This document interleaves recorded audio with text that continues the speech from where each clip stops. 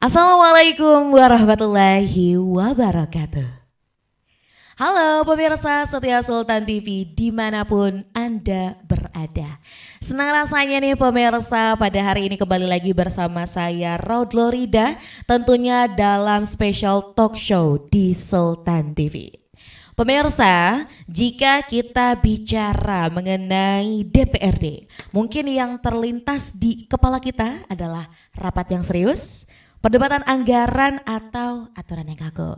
Tapi tahukah pemirsa, tentunya di balik meja-meja besar itu ada sudut pandang yang berbeda ketika seorang perempuan berbicara. Ada ketelitian, ada empati dan ada naluri seorang ibu yang ingin memastikan keluarganya yaitu warga Kabupaten Serang sejahtera. Berkaitan dengan hal tersebut nih pemirsa, tepat banget hari ini kita sudah kedatangan sosok Sri Kandi parlemen kita.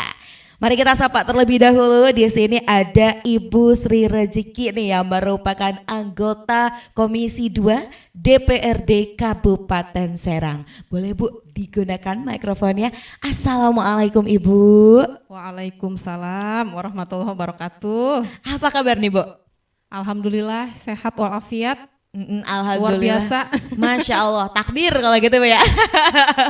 Luar biasa sekali karena ini juga terpancar ya dari aura wajah Ibu yang sungguh bersemangat sekali. Ini akhirnya membuat saya juga makin semangat nih Bu. Kita bakal ngobrol-ngobrol hari ini. Sebelumnya Bu, kami mengucapkan terima kasih. Ibu sudah berkenan meluangkan waktunya kita berbincang-bincang di special talk show Sultan TV.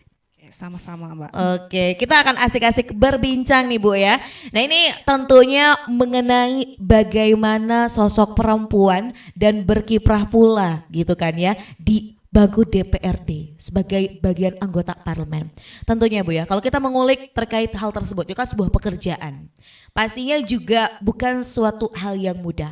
Tapi Ibu, seorang ibu juga dia, seorang perempuan yang tangguh juga pasti dapat punya posisi lain, yaitu tadi seorang ibu, seorang wanita dan juga memiliki kegiatan-kegiatan lain. Bagaimana nih Bu, menurut Ibu dan juga cara Ibu agar bisa menyeimbangkan ketika berperan gitu ya sebagai anggota DPRD dan juga ketika berperan sebagai seorang ibu ataupun di kegiatan ibu lainnya. Boleh silahkan Bu.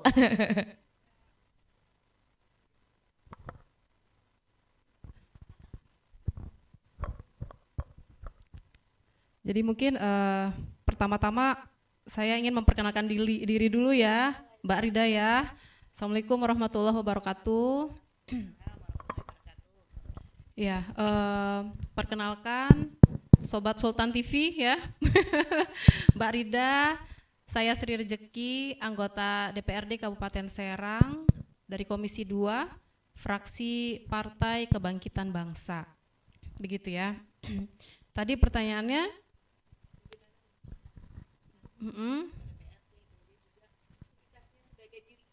iya, terkesan padat gitu ya.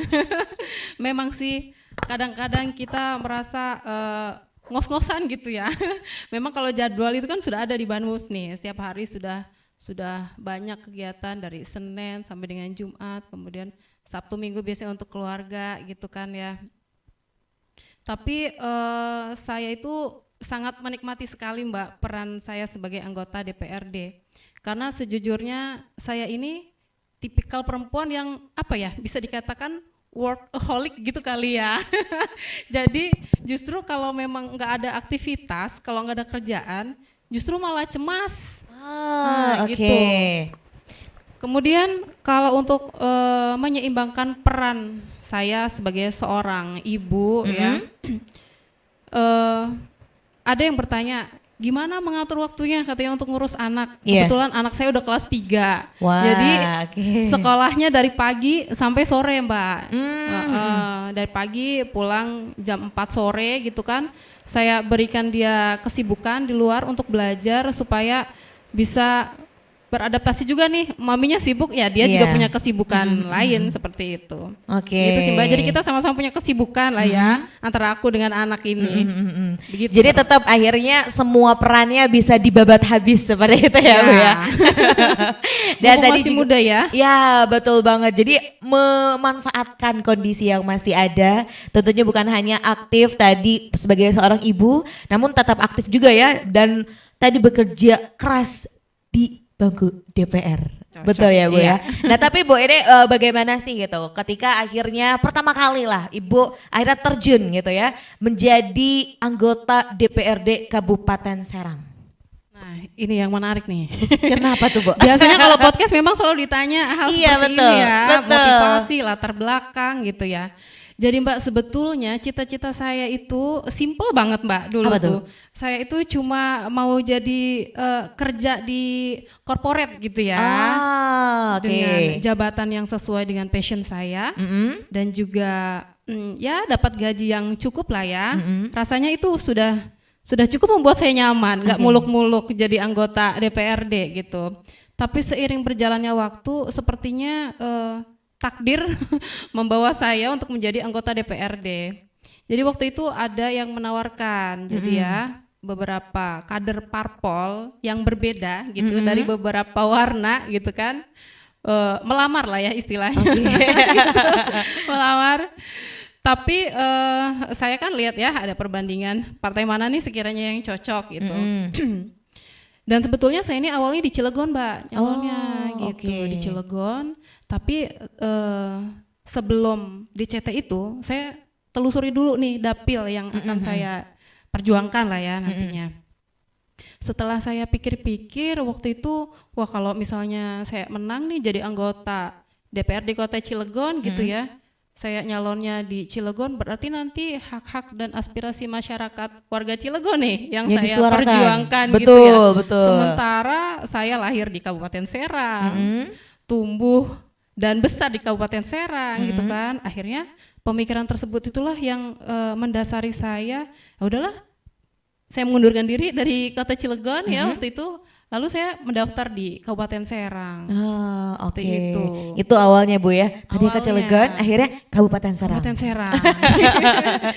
Kemudian tadi kan itu akhirnya menjadi sebuah motivasi ataupun plot awalnya tuh seperti apa. Kemudian ketika akhirnya sudah resmi menjadi anggota DPRD Kabupaten dan kemudian kan pasti disodorkan dengan banyak sekali ya Bu pekerjaan-pekerjaan.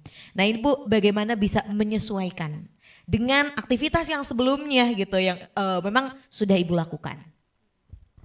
Awalnya canggung ya, awalnya bingung juga gitu karena Oke. saya itu tidak memiliki pengalaman di organisasi, tidak begitu banyak. Memang sih waktu zaman kuliah saya sempat menjabat sebagai ketua BEM gitu. Oh, luar biasa. Tapi tidak sampai selesai karena waktu itu saya mundurkan diri karena memilih untuk lebih bekerja Oh, gitu. oke. Jadi waktu lulus sekolah itu memang saya senang bekerja Mbak. Nah pas daftar kuliah itu kan tidak ada kelas karyawan.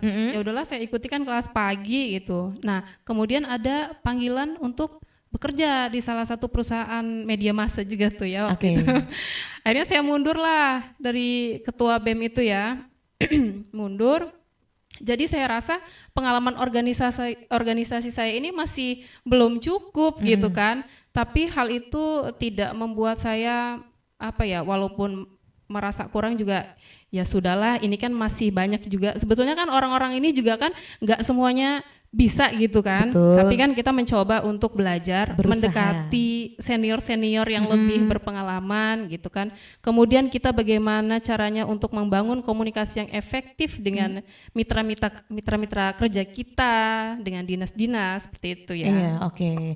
Jadi tentunya apapun ya Bu ya yang dilakukan dari yang tadi Ibu sampaikan selalu ada kemauan dan juga belajar. Itu poin pentingnya ya Bu Poinnya ya. itu ya, mau Karena kan belajar. mungkin beberapa orang berpikir bahwa oh ya udahlah aja gitu. Padahal ada banyak hal yang bisa kita ulik ya dengan syaratnya adalah tidak malu untuk belajar, tidak malu untuk bertanya. Betul, betul Mbak. Seperti itu ya Bu ya. Nah kemudian ini kan ketika menjadi sosok anggota DPRD ini akan bekerja sesuai dengan tupoksinya. Lalu kalau melepas pekerjaan tersebut, dalam artian tidak sedang berprofesi menjadi DPRD nih Bu. Ibu biasanya menghabiskan aktivitasnya seperti apa nih Bu? Apakah ada hobi khusus yang digeluti oleh Ibu atau bagaimana? Apa ya, hobi saya itu ya kalau masak juga ala kadarnya juga. Gak suka masak yang berat-berat kayak gitu ya. Paling ya saya hobi masak, tapi masaknya yang ringan-ringan seperti masak puding. Oh, oke, Kayak gitu. simpel lah ya Bu Simpel ya. dan mudah dikreasikan kayak gitu. Terus kalau misalnya saya lagi gabut di rumah, saya suka ada bahan bekas nih, bekas baju yang tidak terpakai itu saya guntingin, terus saya bikin ini aja, saya jahit untuk jadi lap. Oh, oke. Itu kalau lagi nggak ada kerjaan ya, kalau lagi gabut di rumah gitu Iya, sih, iya, Mbak. iya. Jadi memanfaatkan sesuatu yang bisa dilakukan saja ya Bu ya. Nah ini jadi akhirnya kan menarik. Nah ini kan kadang orang berpikir bahwa mungkin kadang anggota DPRD identiknya dengan kaku gitu ya. Padahal ternyata ada hobi-hobi lain yang bisa Ibu lakukan gitu ya. Yang bisa para anggota DPRD juga lakukan. Nah bicara soal hobi, bicara soal hal-hal yang menjadi ketertarikan. Tentunya ada inspirasi nih Bu. Apakah ada Bu sosok yang menjadi inspirasi Ibu dalam menjalani kehidupan saat ini nih kira-kira? Sosok inspiratif ya. Ketika saya menjadi anggota dewan ya, mau menjadi seperti apa? Saya itu suka dengan Gubernur Maluku Utara, Mbak. Oh, Mbak Ibu, tahu nggak? Ibu Serly, Ibu betul. Serly Oh, Juanda, oke. ya kan? Kenapa tuh Bu, Ibu? Nah, saya lihat dia itu kan pengalaman politiknya juga dari nol juga ya, Mbak ya. Betul. Pengalaman politik dari nol, tapi dia itu nggak malu untuk belajar. Dia tuh mau untuk memulai semuanya dari nol gitu. Sosoknya tuh gimana ya, saya suka banget kalau misalnya dari cara dia bicara juga kayaknya apa adanya gitu loh Mbak, nggak sosokan gimana gitu ya. Biasanya kan kalau udah menjadi pemimpin daerah agak-agak Ada hal yang mungkin agak disembunyikan seperti ya, itu seperti gitu itu ya. heeh. Tapi menjadi diri sendiri namun juga tidak melupakan kewajiban. Seperti Saya rasa itu ya. dia itu perempuan yang pintar ya. Oke. Jadi itu menjadi sosok inspiratif Ibu nih ya. Iya, betul. Oke. Nah kemudian tapi kalau misal dari dalam diri Ibu sendiri, bagaimana sih Ibu membayangkan sosok perempuan dalam artian ketika menjalankan kehidupan, harusnya seperti apa sih dalam frame Ibu nih gitu? Dalam frame saya ya, perempuan itu nggak boleh gampang ngeluh. Oke, jangan mengeluh gitu ya. Kenapa tuh? Kalau biasanya perempuan itu gampang ngeluh, suka curhat ke temennya gitu kan.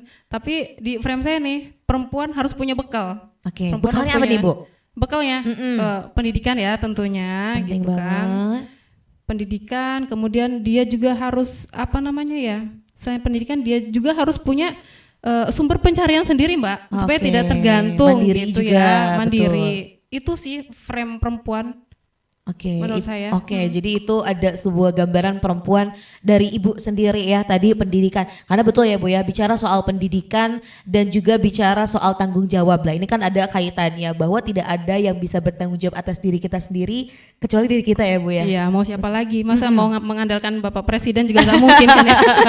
Kita yang bawa diri kita sendiri ya. Betul, kan hidupnya hidup diri sendiri juga. Nah, tadi melalui pendidikan dan juga karir seperti itu. Nah, bicara soal pendidikan dan karir ya Bu, bagi seorang perempuan, kadang ada beberapa yang masih underestimate nih bukan? Iya kan, kita juga masih ya kadang menjumpai. Lalu bagaimana tanggapan Ibu terkait dengan beberapa mungkin orang yang masih suka berpikir ngapain perempuan pendidikannya tinggi-tinggi, ngapain perempuan harus berkarir dan lain-lain. Tanggapan Ibu bagaimana nih Bu? Waduh, kayaknya kalau menyepelekan pendidikan tuh rugi banget ya. Pendidikan itu ibaratkan mahkota kecantikan yang tidak pernah luntur. Oke. Gitu ya. Perempuan dengan pendidikan dan ilmu itu tidak hanya cantik di luar, tetapi juga cantik di dalam, ya, di dalam di jiwanya, gitu ya. Gitu. Jadi pendidikan itu ya tidak bisa dikesampingkan bagi saya. Oke, jadi itu amat sangat penting. Dan juga dengan berkarir tadi Ibu menyampaikan bahwa ya perempuan juga harus berdaya ya Bu ya. Harus berdaya, harus punya kompetensi ya. Oke. Nah ini menarik sekali. Akhirnya dengan persoalan-persoalan yang kadang nih Bu ya, ini menyenggol seorang perempuan gitu.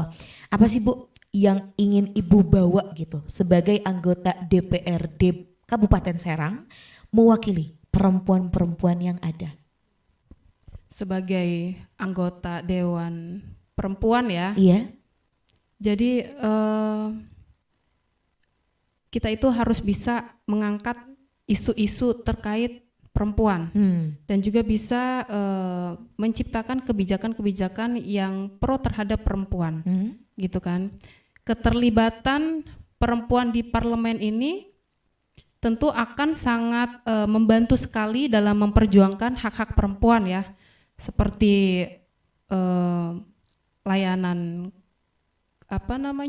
layanan kesehatan reproduksi misalnya, kemudian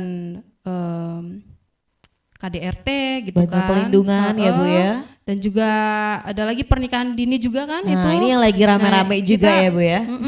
Nah, kalau nggak ada perempuan di dalam parlemen itu, apakah laki-laki akan membahas itu? Rasanya kan tidak, gitu. Nah, itulah peran serta perempuan di dalam parlemen itu. Oke, jadi itu case-case yang akhirnya Ibu bawa, Ibu suarakan di parlemen mewakili para perempuan-perempuan yang ada. Iya, betul Seperti Mbak. itu. Dan kebetulan saya ditugaskan oleh partai ini di Komisi 2, Mbak. Oke. Nah, di Komisi 2 ini kan bermitranya dengan Dinas KBP3A, Dinas Keluarga Berencana Pemberdayaan Perlindungan Perempuan dan Anak. Panjang juga ya Mbak. Iya, betul. Nah itu banyak sekali itu tugasnya untuk memberikan sosialisasi kepada perempuan. Nah, betul. Untuk memberikan perlindungan ya kepada perempuan. Pernah dengar nggak Mbak kasusnya di dapil saya sih waktu Iya. itu ya, Apa tuh, Bu? kejadian seorang anak perempuan yang diruda paksa oleh ayah kandungnya sendiri gitu. Saya berkomunikasi waktu itu dengan mitra kerja saya ya, Dinas KBP 3A itu, supaya kasus ini tuh dikawal, ditangani secara komprehensif, mulai dari pengaduan ya, pengaduan, kemudian ada pendampingan hukumnya dari pendaftaran sampai dengan persidangannya begitu, dan sampai rehabilitasi supaya tidak Benar-benar ada pulih. dampak psikologis, betul, sampai betul-betul pulih begitu. Oke. Jadi sebenarnya kalau bicara case-case yang berkaitan dengan Tuh. tadi itu yang Ibu akhirnya juga bantu suarakan. Selanjutnya Bu, ini masih bicara juga soal perempuan. Ya. Apakah kasus-kasus yang ada tersebut gitu Bu, akhirnya kan tadi Ibu juga bekerja sama dengan dinas-dinas yang ada. Apakah Ibu juga mendengar aspirasi langsung gitu dari masyarakat-masyarakat yang ada terkait dengan tentunya isu perempuan? Berkaitan juga dengan Ibu kan yang sekarang ada di Komisi 2 DPRD Kabupaten Serang.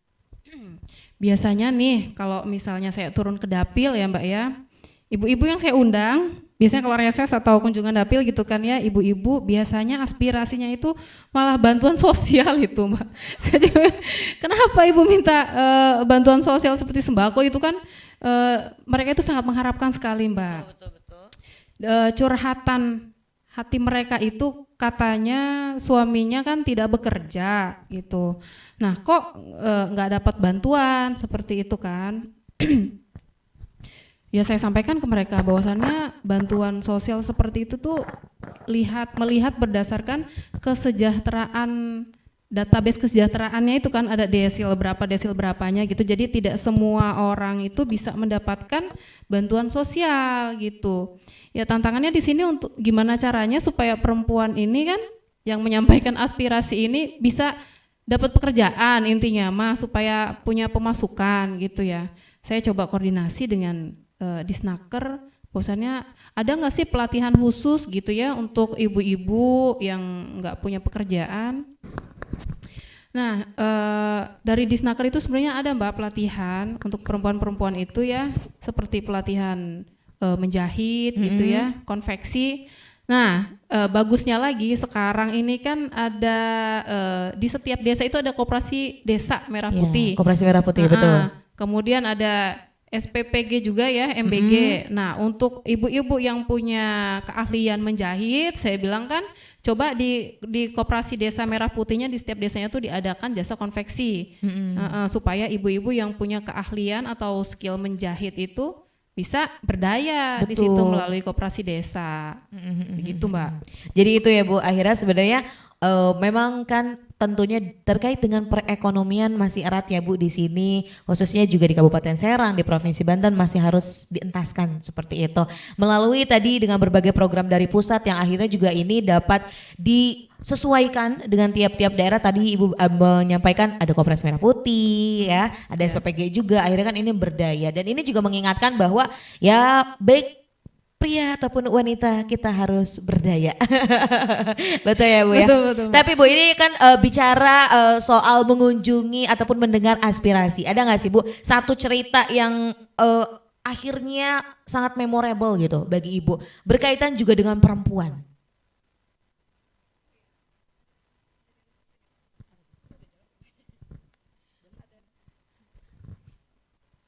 Ada pernah kejadian lucu waktu pas saya kunjungan dapil itu kan ibu-ibu semua ya Mbak ya yang hadir.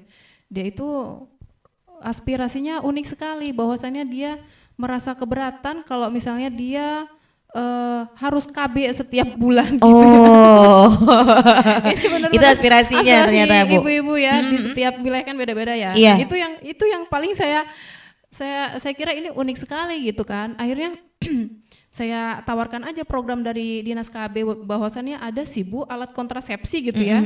Kalau memang Ibu mau dan tertarik ya nggak apa-apa nanti saya bawakan alat kontrasepsi. Iya. Itu yang Memorable ya Bu ya, memorable. karena main blowing Unik. sekali gitu. Iya, belum pernah ada selama ini kan. Baru itu kali pertama.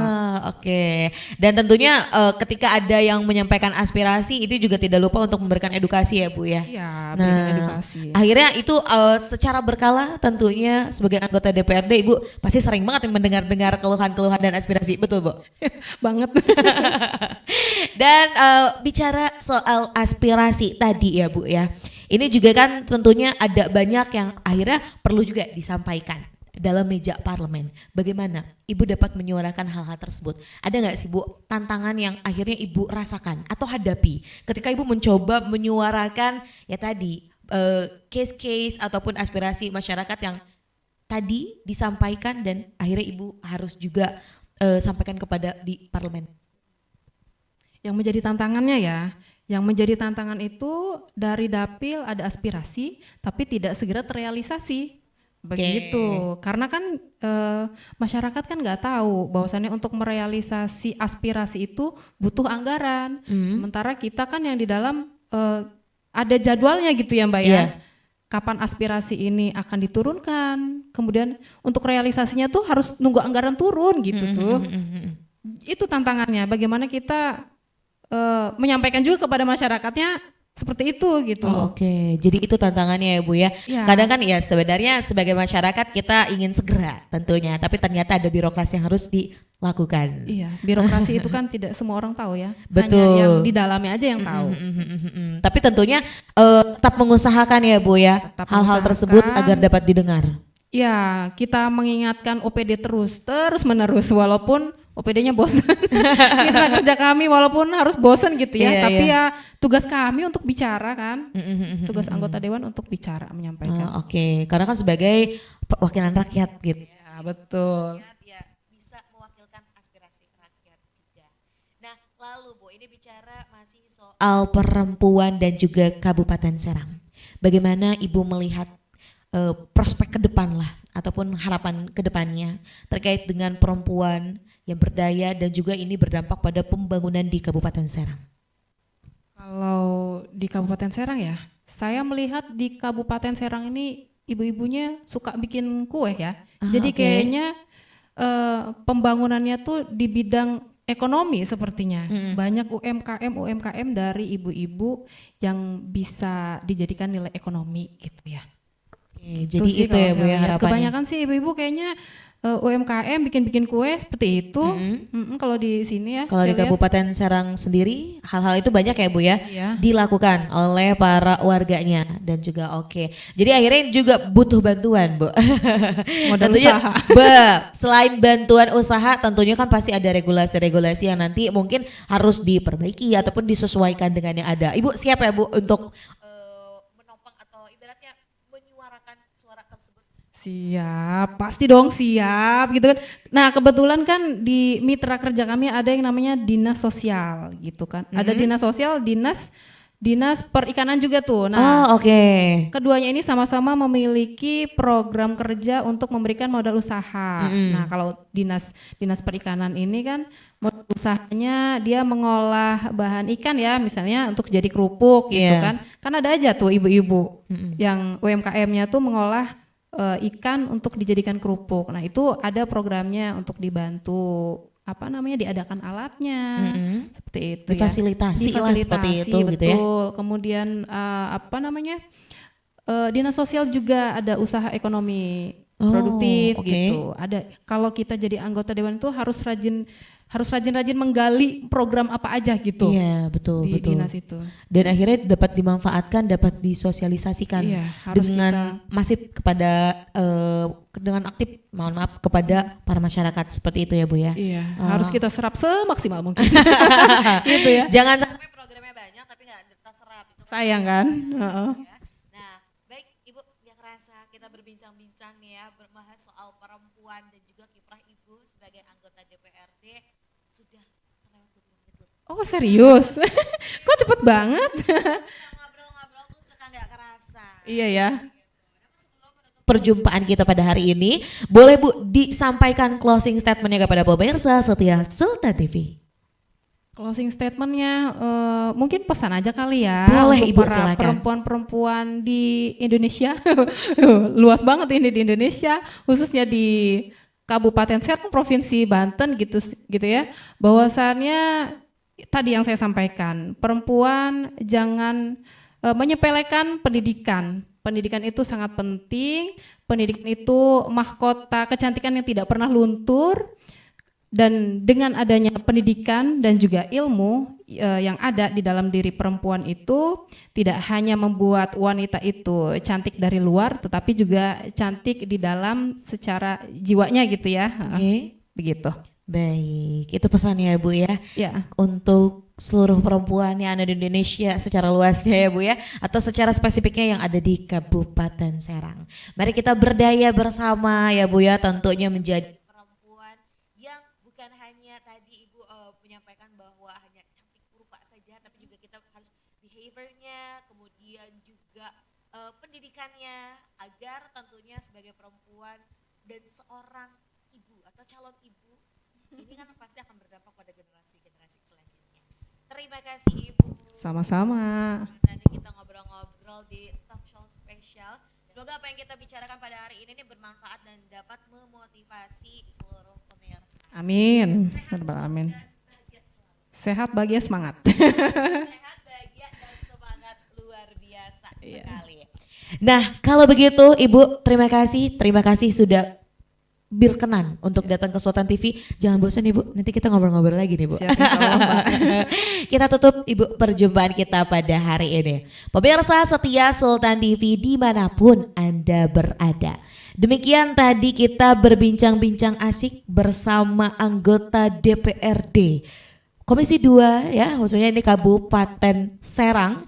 Tentunya dalam talk show spesial ini bagaimana peran wanita di dalam parlemen. Semoga apa yang kita perbincangkan dapat bermanfaat dan juga berkelanjutan.